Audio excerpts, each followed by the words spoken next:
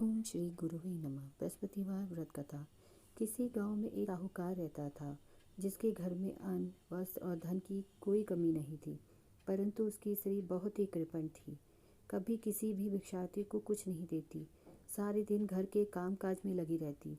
एक समय एक साधु महात्मा बृहस्पतिवार के दिन उसके द्वार पर आए और भिक्षा की याचना की। स्त्री उस समय घर के आंगन को लीप रही थी।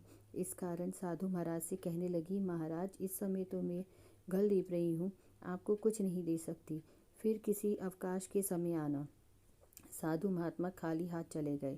कुछ दिन के पश्चात वही साधु महात्मा आए और उसी तरह भिक्षा मांगी।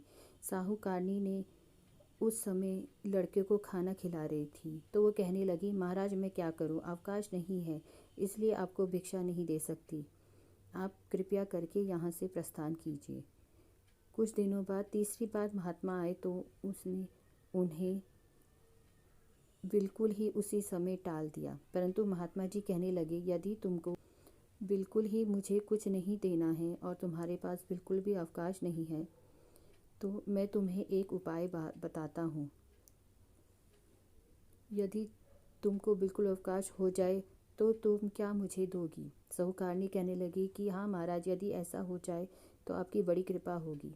साधु महात्मा जी कहने लगे, इच्छा तो चलो अच्छा है, मैं तुम्हें एक उपाय बताता हूँ। तुम बृहस्पतिवार को दिन चढ़े उठो और सारे घर को झाड़ू लगाकर झाड़ू एक कोने में जमा करके रख दो। घर में चौका इत्यादि मत लगाओ। फिर स्नान आदि करके घर वालों को कह दो कि उसी दिन सब हजामत बनवाएं। रसोई बनाकर चूल्हे के पीछे रखा करो, सामने कभी मत रखो।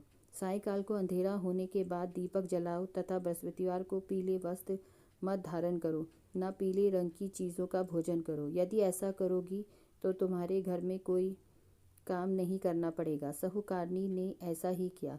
बृहस्पतिवार को वह दिन चढ़े उठी, झाड़ू लगाकर कूड़े को घर के एक कोने में जमा करके रख दिया। पुरुषों ने हजामत बनवाई, भोजन बनाकर चूल्हे के पीछे रखा। वह सब बृहस्पतिवारों को ऐसा ही करती। अब कुछ काल के बाद ही उसके घर में एक खाने का दाना न रहा। थोड़े दिन बाद फिर वो गुरुवर आए। कुछ समय बाद वो और भिक्षा मांगी, परंतु सेठानी ने कहा कि महाराज, मेरे घर में खाने को अन्न नहीं है, आपको क्या दे सकती हूँ।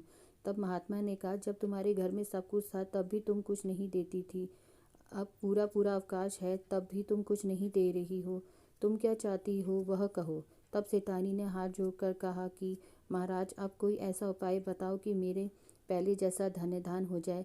अब मैं प्रतिज्ञा करती हूँ कि अश्वमेध अवश्य मैं आप जैसा कहोगे वैसा ही करूँगी। तब महात्मा जी बोले, बृहस्पतिवार को प्रातःकाल उठकर स्नान आदि से निवृत्त हो, घर को गौ के गोबर से लीपो तथा घर के पुरुष हजामत न बनवाए, भूखों को अन्न जल देती रहा करो। ठीक सायंकाल दीपक जलाओ। यदि ऐसा करोगी तो तुम्हारी सब मनोकामनाएं भगवान बृहस्पति जी कृपा से पूर्ण हो जाएंगी। सेठानी ने ऐसा ही किया और उसके घर में धन धान वैसा ही हो गया जैसा पहले था। इस प्रकार भगवान बृहस्पति जी की कृपा से अनेक प्रकार के सुख भोग कर दीर्घ काल तक वह स्त्री जीवित रही। समाप्त।